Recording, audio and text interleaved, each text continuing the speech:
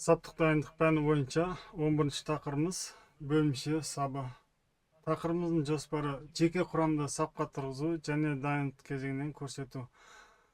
Қару-жарақ, киім-кешек және қозғалыс құралдарының күйін тексеру. Саптық қимылдарды оқу, жайылмалы және жорықтық саптағы қимылдар. Тақырыбымыздың мақсаты бөлімшенің өрістетілген сабы. Бөлімшенің өрістетілген сабының түрлері. Келесі слайд сабақтарының тақырыбымыздың міндеті бөлімше командирі студенттердің сапқа дайындық кезіндегі іс-қимылдарын көрсетеді. Қару-жарақ пен жеке қозғалыс құралдарының дұрыстығын тексереді. Киімнің дұрыс киілуін қадағалайды. Студенттерді саптық дұрыста және жайылма сапта тиімді орналастыруға үйрету. Саптық қимылдарды біркелкі және үйлесімді орындауды жаттықтыру. Бөлімше саптары бөлімшенің өрістетілген сабының түрлері. Бөлімшенің зоттың жаяу тәртіптегі саптары жеке құрамда нақты біркелкі мен үйлесімді жайылма жорықтық саптағы қимылдарға үйретуге негізделген. Сонымен қатар қарумен немесе қарусыз әртүрлі саптық тәсілдерді үйрету кезінде де маңызы зор. Ол негізінен жоспарлы және басқа да саптық сабақтарда, сондай-ақ барлық сапқа тұрғызу кездерінде және күнделікті өмірдегі қозғалыстарда жүзеге асырылады. Саптық қозғалыстардың элементтері тактикалық дайындық бағдарламасы бойынша жүргізілетін тактика сабақтарында практикалық қолданылымға ие.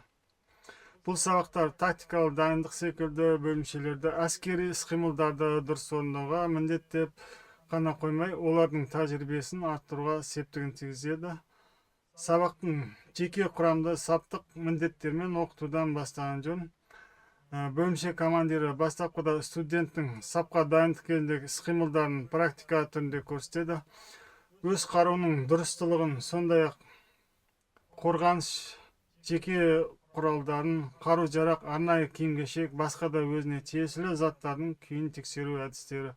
Сонан соң киімнің дұрыс киілуін тексереді.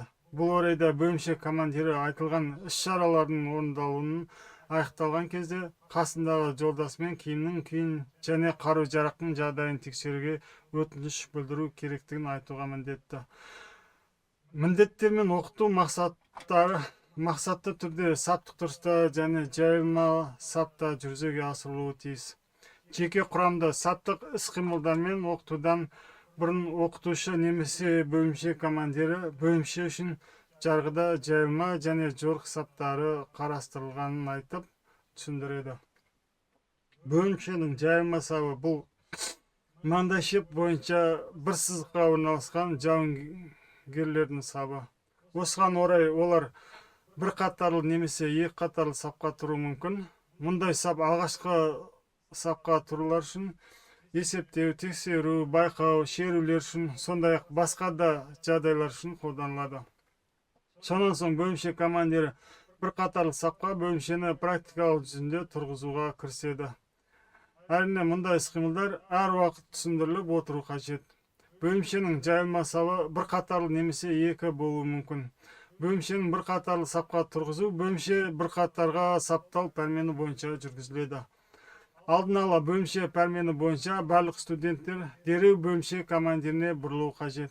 Және тіктел күйін қабылдап, келесі пәрменді нақты әрі тез орындай алатындай дайындықта күту керек. Пәрменді бөлімше командирі студенттерге қарап тұрып береді.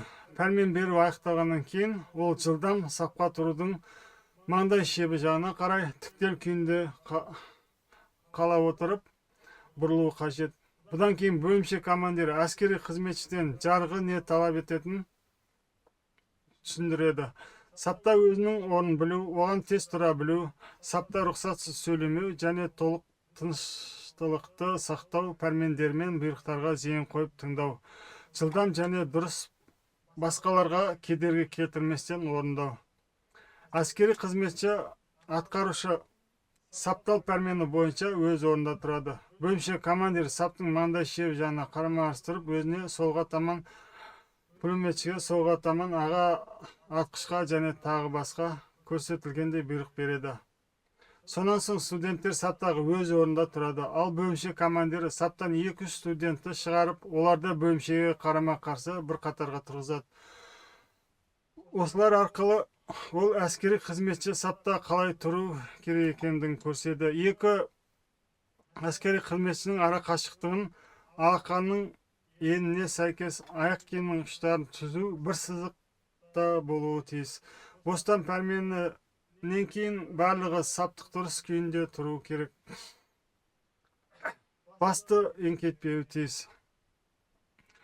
Осы тақырыбымызды қорытындылай келе, бөлімшенің саптары жеке құрамның үйлесімділігін және нақты біркелкі қимыл жасау қабілетін қалыптастырады. Жайылма және жорықтық саптағы жаттығулар студенттерді тактикалық дайындық деңгейін арттырады. Қарумен және қарусыз саптық қимылдарды меңгеруге мүмкіндік береді. Келесі осы тақырыбымыз бойынша қолданылған әдебиеттеріміз: Демеу Вахан, саптықтың оқыту әдістемесі,